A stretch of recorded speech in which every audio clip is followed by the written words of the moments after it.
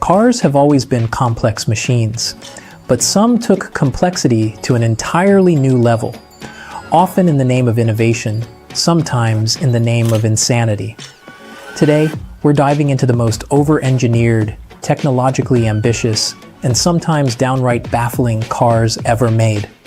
This is a countdown of the most complicated cars ever built, presented in chronological order. At number 1, Ford Fairlane 500 Skyliner, 1957. Let's kick things off with a car that redefined the convertible game. The Ford Fairlane 500 Skyliner wasn't just another drop top, it was the first mass-produced coupe convertible with a retractable hardtop. And what a mechanism it was. 7 electric motors, 4 jacks, 10 solenoids, 10 limit switches, 4 locking mechanisms, and over 600 feet of wiring. All of that just to put the roof down. Back in '57, this was like having a transformer in your driveway. At number 2, Rover P6, 1963. Next up is the British-built Rover P6. It looked conservative on the outside, but under the skin, it was radical. The body panels, unstressed. The front suspension, a bell crank design. It was supposed to house a gas turbine engine, but that never happened. Instead, they squeezed in a 3.5-liter V8. All this innovation made it a joy to drive and a nightmare to restore. Still, for 1963, it was a glimpse into the future of car design. At number 3, Mercedes-Benz 600, 1964. When dictators and rock stars needed a ride, they turned to the Mercedes-Benz 600. Why? Because this car was a mechanical marvel. Air suspension, twin heating systems, vacuum-operated windows, and locks. And let's not forget Bosch fuel injection. At a time when carburetors were still king, it was the ultimate flex. And today, it's the ultimate headache for restorers, with parts as rare and pricey as the people who once rode in it. At number 4, BRMH 16, 1966. Now let's head to the racetrack. The BRMH 16 wasn't just complicated, it was mind-bending. 2 flat-8 engines stacked on top of each other, each with its own crankshaft, geared together in a monster known as the H16. Lotus gave it a shot in their Type 43. It won a single Grand Prix, and then they abandoned it. It was powerful, but heavy, unreliable, and near impossible to work on. A beautiful disaster. At number 5, Citroën SM, 1970. Citroën bought Maserati in 1968, and the SM was their love child. A French body, an Italian heart, and a whole lot of quirks. A 2.7-liter V6 powered everything, from the wheels, to the brakes, to the hydro-pneumatic suspension. Even the headlights turned with the steering wheel. Advanced? Yes. Reliable?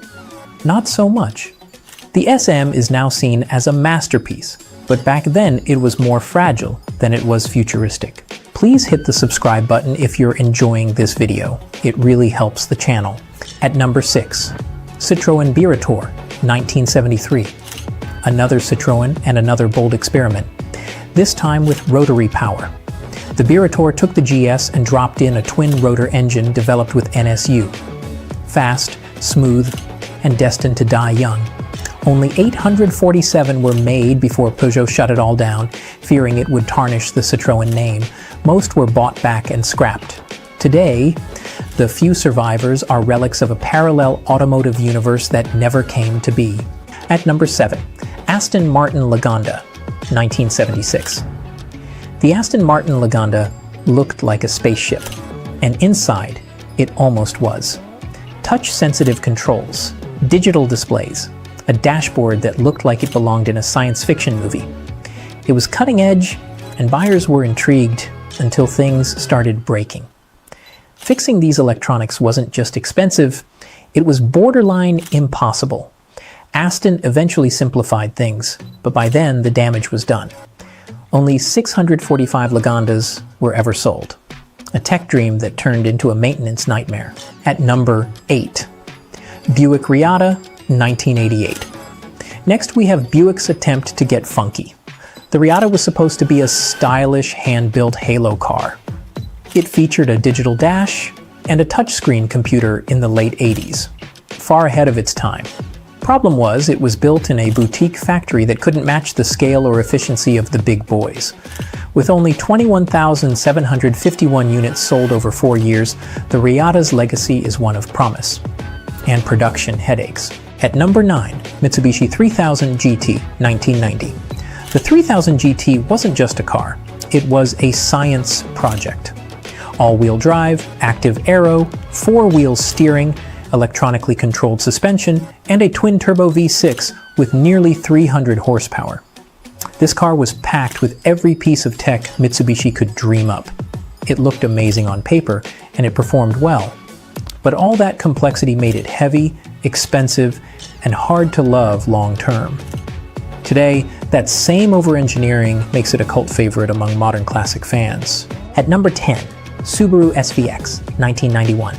Finally, we end with one of Subaru's strangest creations, the SVX. Designed to compete with the likes of the Toyota Supra and Nissan 300ZX, it featured a 3.3-liter flat-6 engine and all-wheel drive. It even had windows, inside windows, but the high price, quirky design, and unsure market position doomed it.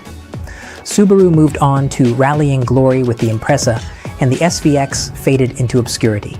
These cars weren't just transportation, they were statements. Some worked brilliantly, others not so much. But whether they were a triumph of engineering or a cautionary tale, they all dared to be different, and that's what makes them unforgettable.